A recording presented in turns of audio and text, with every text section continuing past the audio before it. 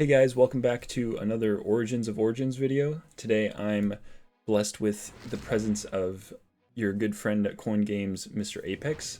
Thanks for joining me, Apix. Well, I usually start by asking where people think they are in terms of competitiveness within the Games team in Origins. Mm. Do you think you're one of the better players, or where do you think you're at? Um, if I played a bit more, I think it could be quite good, but I don't play enough right now, so I think I'm pretty mid. Hmm, I think the preset decks and the demo help, probably, kind of even things but out. yeah, but if like the game designers were able to cook up their own decks, I wouldn't have a chance. Yeah. Well, that's Just don't good. spend I enough time. I like to hear that you're grinding on making the game rather than playing the game. So just making it as good as possible. I love that. I think it's really important to play the game. It doesn't matter what like your role is in the team, even if you're like an artist, Yeah, making art, drawing cards, or some marketing community person. So important to play the game, kind of stay up to date, yeah, definitely, and what the devs are understand. cooking. Yeah. Yeah, and also just understand the game, what you're actually working on. hmm For the people who don't know, tell us what your role is within Coin. Um, I do a little bit of everything that's related to like community and marketing and content creators. So working on social media posts, bigger releases, hosting events and tournaments. Um, yeah, planning stuff like Kickstarter and all of that. It's a lot hmm of small little things that go into it. Yeah, yeah, that's kind of a common theme I've found. Obviously, working within a kind of startup, everyone's got to pick up little things here and there. But what's some things that you've picked up since you started that you've enjoyed that you kind of want to, continue pursuing maybe in the future? Is there anything that came up that you didn't expect? Um, I think running tournaments is really enjoyable. I've never been someone like I've never been really confident in public speaking and like being in front of a crowd, and even if it's just on the internet and obviously people can't see you behind the screen, but hmm still has a similar feeling. hmm Was never really into it, but hosting tournaments doesn't matter if it's online or like we did at GDC. It's really fun. It's really cool seeing people grind against each other. And I think I'm also quite good at like managing all the members, making sure that people, get across the finish line, minimize delays and all that.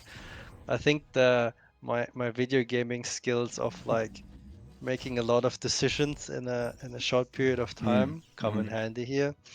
And it's obviously just cool to see people compete, and especially obviously in the this year GDC was nice, where like even for the online tournament we had a lot of people at a physical location in the house Mm-hmm. playing, so you could see the emotions and people were cheering, and there was this bold incident where he thought he won, then he lost. So Yeah. stuff like that is obviously really sick. Mm-hmm. Um, so that's something like it wasn't part of my job description, I guess, when I joined, because obviously there was no game to play, there was no playtest. Mm-hmm. But then it was just something natural we started to pick up, and also I'm like deep into esports, both Mm-hmm. as a player and a viewer. So it's also something where like I've been competing in tournaments and leagues for a long time now. Yeah. Yeah, you're kind So of if like there's building the competitive scene from the bottom for Origins, which is mm, cool. You're starting the first tournaments. yeah, it's honestly we don't really have too much of like a set structure that we plan to go after with Mm-hmm. like tournaments and stuff. We'll probably have some kind of reoccurring, series, but For now, yeah, I mean, we plan to have a big tournament doing Steam Nexus, and that's something that needs a lot of planning, and by far the biggest like series of tournaments that we hosted. Hmm. And then after that, it's like, then you got like the Kickstarter going on, and then you go into early access. So like it's all semantics, but at the end of the day, there's a lot of different things going on, and um, like we could start a league and have like a world championship or whatever, and spend a lot of money on that. But it's probably easier for us to like take one tournament at a time and like refine things, and then hopefully there's going to be like individuals and communities that might host their own tournaments. Hmm. Because in theory that's quite easy. And then it kind of evolves into like a little ecosystem for like Origins esports, I guess. Hmm. Yeah, it's gonna be exciting to see kind of where things go from here. But I do like to ask people, since it's such a unique opportunity to work within like a startup and especially like a game startup, kind of how you landed the role, because I wouldn't even know where to begin to find a Mm. job like yours. I was quite fortunate that I had a bunch of followers on Twitter because I was posting about gaming and crypto stuff. So I finished university and then I made a post like, hey, I'm done studying and I'm looking for work. And there was a lot of games and companies reaching out. And obviously, if you like, I guess I am or was an influencer, Hmm. marketing is like the route most people take. Hmm. And then I talked with a bunch of companies and also a few other cool games. But Origins, like I was speaking with Tim and Alex and Kevin on my like interviews, and especially Tim obviously was like really passionate and he's a great salesman. So Hmm. they just had really great vibes to yeah Hmm. to like make a great game, and that's how I landed my job. Yeah, I think if I didn't have the platform, or like if I had to find a new job now besides like making that up post on Twitter, I'll probably just like reach out to as many people as I can, like Hmm. in DMs or send an email or wherever you can reach them, even if you like reply under someone's tweet or whatever social media platform people are using. Hmm. Um, because I think you'd be surprised how many doors open if you just ask. Hmm. Yeah. Yeah. Do you have? I'm kind of interested now. Do you have any gossip on some of those games or projects that you denied? Um, Was there something that, I don't know, maybe you missed out uh, on? I don't think anything would have been better than Origins, but um, was there something cool that you were allowed yeah, to do? I had like I had four like proper job offers. Um, I think two of them are pretty much dead. Hmm. I haven't been keeping track, but even if they're not dead, like they probably like scaled down, had layoffs. They were both Hmm. like gaming ecosystems. Hmm. And one other game is still really cool, which is it's called Citadel. It's like Yeah, I heard of that one. it's it's kind of like EVE Online, but they moved in a direction where it's less about this very like persistent MMO and it's like a spaceship extraction shooter. Hmm. So you have like your spaceship and you build like your loadout, right? So you have parts and obviously you have like your turrets, your weapons and your hulls, like a bunch of things you can throw to make like your loadout, kind of like an Escape from Tarkov where you equip your gear. Hmm. And then you go out into space, you fly around, you loot, you can fight against other people, and then you can fly back into your hangar, into your base, and secure your loot. So it's like yeah, it's a spaceship extraction shooter. It's quite cool. Hmm. Um, and yeah, that also would have been a cool game to work on for sure. Yeah. Yeah, that sounds cool. I'll probably just And I mute. knew them for a long time, so there Hmm. was a bit of nostalgia as well because it was like one of the first Discords I ever joined when I got into like um like was actively posting on Twitter and such. So yeah. Gotcha. I was wondering what thing that's coming up with Origins are you personally most excited about? Wait, so you go again. What feature? Yeah, like it could be, some sort of minor leak maybe, or just one of the bigger things that you're just excited about that's coming out with Origins as we get closer to the release day. Um, There's a lot of little things. Like, there's a lot of new content coming to the demo, which is nice. Mm-hmm. Um, but it's just more cards. Mm-hmm. I think the most the interesting bit that's coming, and I actually don't really know how it's going to work, but getting a taste of the whole like collector ecosystem Mm-hmm. through the demo as well, like opening packs and such, it's going to be quite interesting because that's something like no one really has tried yet or touched yet from outside the team. Mm-hmm.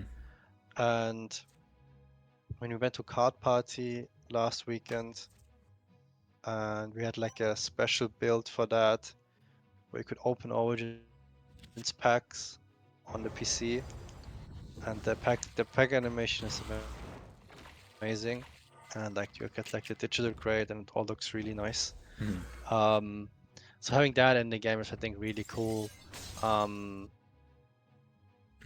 And yeah, I think besides that, I mean, in general, we have a big like push planned, obviously, for Steam Next Fest. Want to reach out to a lot of content creators and people. So hopefully we get just a flood of coverage for Mm-hmm. Origins, and then loads more players, lots more fans, lots more people being interested in the game. And then that's kind of like, it's great for anybody. It's great for anybody who's making content about Origins already. It's good for anybody who's just in the community trying to play some games. It's great for us, of course, that does have more players. Yeah. So yeah, I think that's also something cool that's coming. Yeah. Um, Definitely. And I want to segue a little bit into your Counter Strike playing, because I know you're a big Counter Strike fan. So, what, in your opinion, is going to be the Dragon lore of Origins? Dragon Lore of Origins. Well, I mean, the Dragon Lore, in theory, the Dragon Lore would be like a special card that you can't pack in a regular Mm-hmm. in like the regular packs and booster boxes, because it's a Mm-hmm. special collection. I guess if like I draw the connection to the Dragon Lore, it would be some kind of tournament promo, Mm-hmm. or like card that only like the winner of a tournament or something like that gets. Mm-hmm. Besides that, Okay, let's say that one's the most similar in terms of how you get it, but what about most similar in yeah, terms of being the most expensive? What's your pick for the? yeah, it's really difficult. I mean, I'm not asking Um, for investment advice or anything like that. You could just pick your I mean, you favorite and can't be buy like, it I yet. think it looks the best, so I'm gonna say this one. Yeah, there's a there's a really cool Wendy variant. Okay. Um, I don't think that's going to be the most expensive card, but that's probably one of my favorite Mm-hmm. cards that exist. Okay. The artist, I think his name is John Su, who's drawing like a bunch of cards in his style for Mm-hmm. us, and they all look amazing. And I think the Wendy one looks particularly cool. Yeah. Okay. Is that kind of like having a? You just don't think it's a viable card. It's like having a really cool, I don't know, P90 skin in CS:GO. It's like it's cool, but no one uses Yeah. that. So. I mean, I think right now Wendy it's a vanilla card, so she doesn't have an ability. and she's like somewhere like she's like a 3-cost, 4-cost card. So like I assume the most expensive card is probably going to be like either like a legendary card, Mm-hmm. like um some special version of a legendary card, or maybe an epic card that's like really OP and used a lot. Mm-hmm. But obviously there's also like I don't even know the rarity tier of that Wendy card. It's probably one of the like top 3 or 4 ones. But there's also the storybook tier, Mm-hmm. and the storybook tier is so much more rare than anything below that. That just by the rarity, because there's going to be so few of them, most likely, they are going to be the most expensive card, most likely. Yeah. Um, Yeah, those are interesting because it's kind of like in real life with like sports cards, you can get like one of ones, and then from there, it's you kind of make the market. So it'll be interesting to see what the first person lists a storybook at. yeah, yeah. I mean, the storybook is like what 1 in 2,500 packs. I Yeah, that's forgot what crazy. like a case has. I mean, there's going to be a bunch of them. I think I did the math for like the GDC sale, and I think I was at like by the odds, there should be like 40 storybook cards. I don't know how many they plan to make in the first series. I know of 2 that they are working on, or 3 maybe. Um, but I mean, obviously, we are planning to sell more packs of the first release once the game is out with the Kickstarter. So there's probably going to be like a few hundred of them Mm-hmm. just based on the odds. Mm-hmm. Um, maybe you get a 10 of 10. I mean, then you have the Yeah. ultimate grail. Get Wow. a Yeah, great that'd be 10 one. cool. Do you have how many characters get a storybook? If I can ask that, is that a little bit of a leak, or because obviously I imagine it's not all of Yeah, them. I don't know. See, I don't know. I could look it up. So according to this, but the odds are out there. According to this, it's 3. And I know of 2 that they are making. So like 3 or 4 does sound like it makes sense. Okay. And that's just for this release. So Obviously, with newer sets, there'll maybe, be more storybooks yeah. and stuff. But I think for newer books you would have less, because the first set is going to be much bigger than new releases, right? Right. So like the first set is probably 3 or 4 times as big Okay. as future expansions.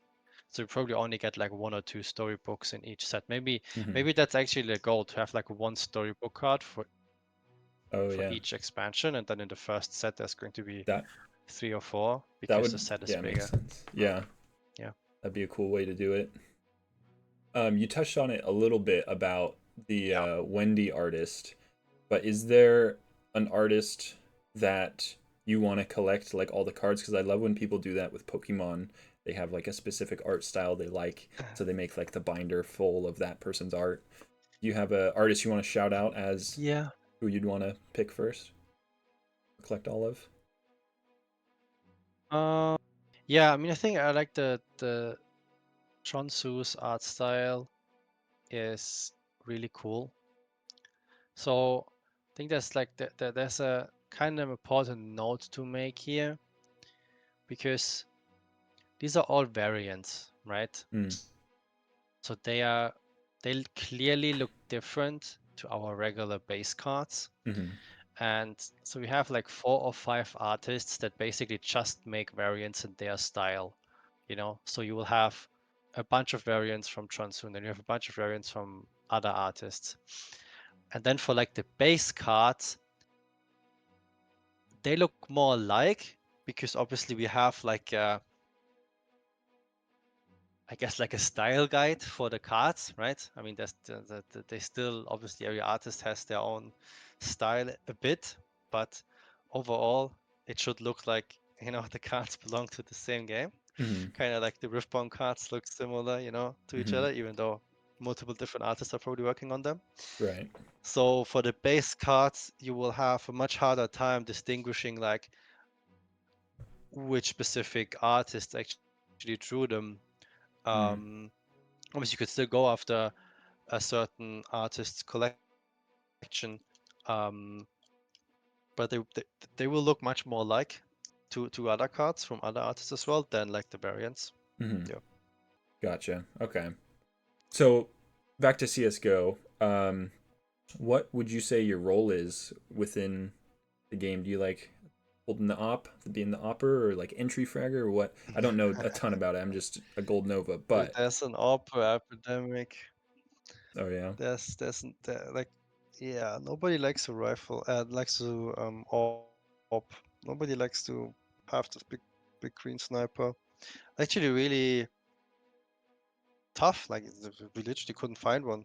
So our in-game leader is swapping now. Hmm. No, for the most part, I've been like lurking support. So I'm either somewhere on my own doing my thing, and like playing for information and trying to keep map control, Mm-hmm. or I'm just supporting my teammates and um, trying to set them up for good opening duels and all that. The yeah, no, that's too much detail. Anyways, go ahead. Okay. I was gonna say it sounds like you rely on shooting people in the back while lurking to get kills. Is that true? Yeah, yeah. To some degree, that's accurate. Yeah. Fair enough. Hey, there's Um, still positioning involved. There's I still don't skill I in that. So, don't always shine with my mechanics. Yeah. which map do you like in CS:GO? Man.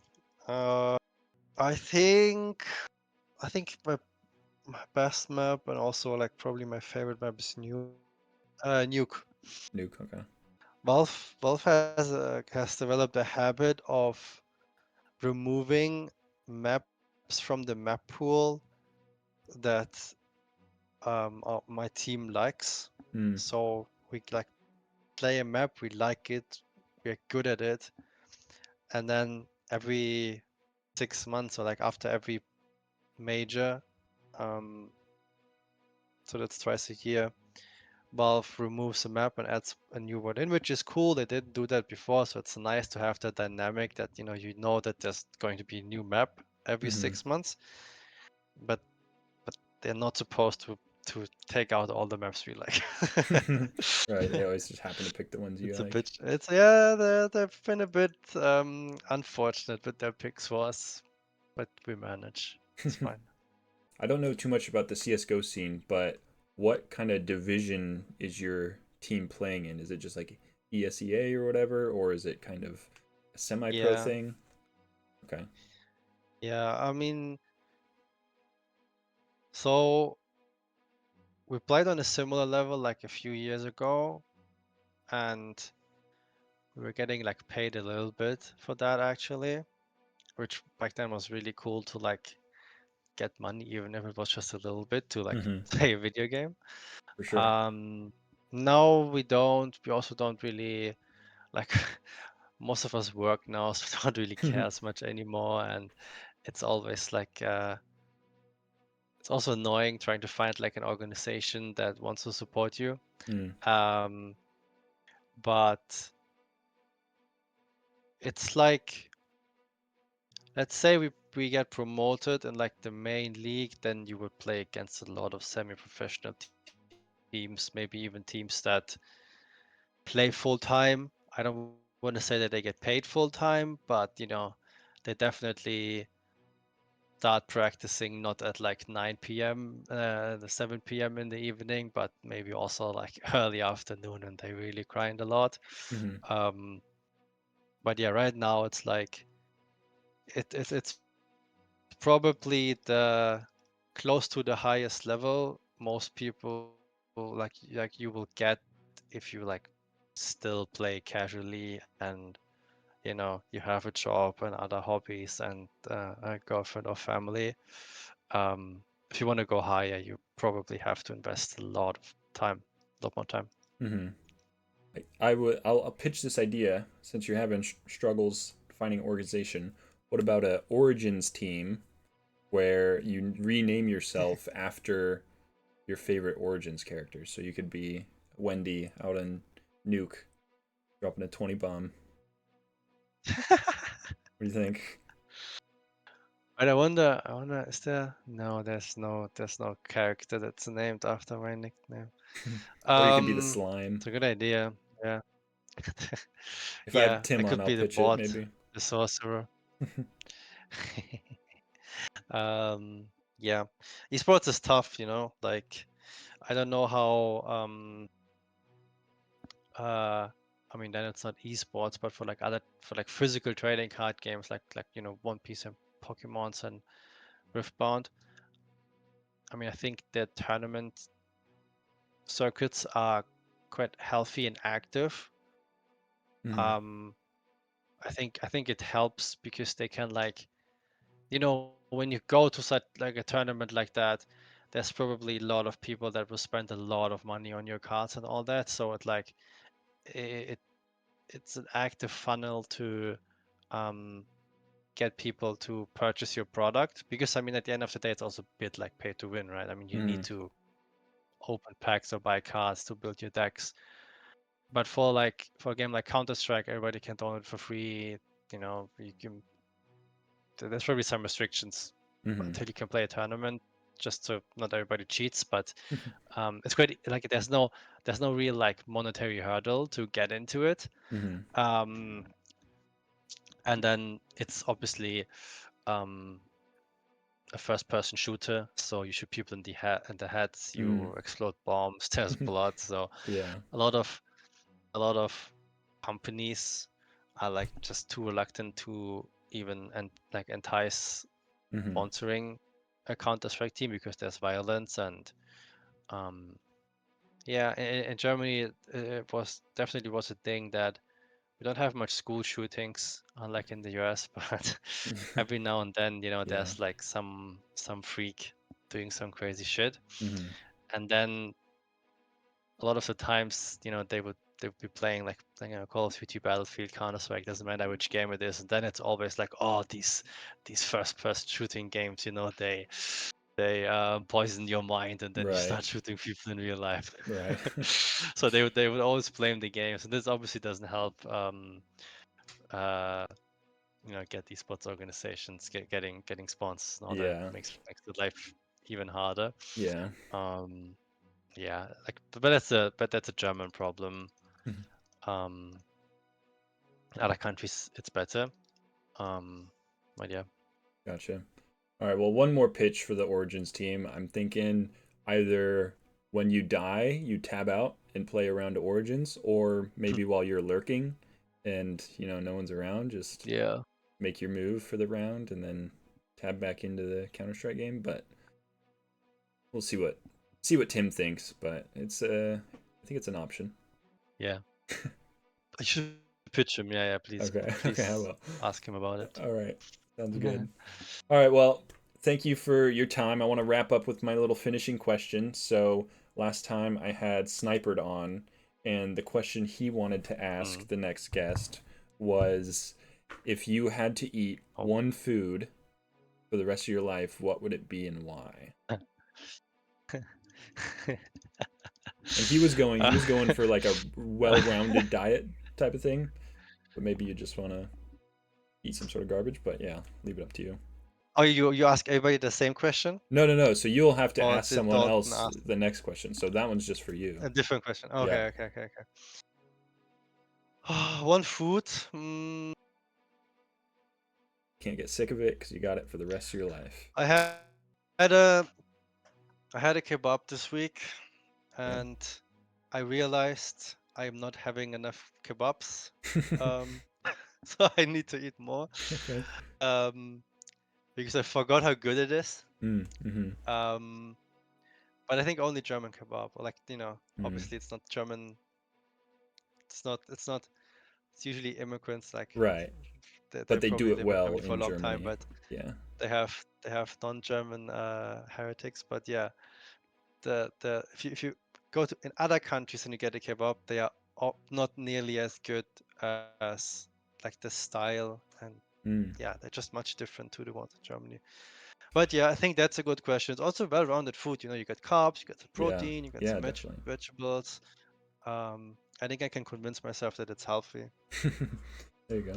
Yeah, I don't think we have a ton of kebab in America. I don't see it, but I see a lot of Euro places. I think that could be my pick. I love a good Euro.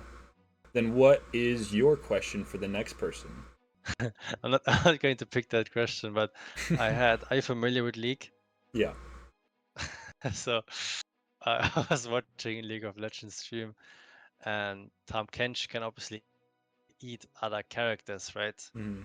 So I asked my Counter-Strike teammates, if you were Tahm Kench, which League character No. would you most likely would you eat, you know? Mm. And Yeah. then obviously you can define eating however you want. Uh-huh. Then I'm not going to go into more detail, but Sure, yeah, sure. Okay. yeah. Well, But I'm not going to. it's a good I'm not side sure if you question, want but to yeah, pick what's that question. Well, what's I mean, I think this is a kind of basic question, but I think especially for Kevin, it's interesting. Something like, um, what's a game you like that you were sure it's going to take off and be huge, mm. but it just didn't happen, you know? Mm-hmm. Like maybe he really enjoyed it, or just, you know, from looking at it and seeing it, it's like, oh, this game is going to be huge. Mm-hmm. And then in hindsight, you know, it just didn't work out. So, okay. So would you say like what's a game that you wish or thought would be more popular but wasn't? Yeah, thought, yeah. Okay. I mean, both, yeah. I mean, Yeah. I'll just say wish slash thought. depends. Okay. Cool. Yeah. All right. Well, thank you so much again for your time. And yeah, I had a lot of fun. So, but keep killing it. Keep doing what you're doing. The whole team's just crushing it. Thank I'm you. Yeah. excited for what's coming. Thank you. Thank Yeah, you for doing the series. of course. All right. See you later. See ya.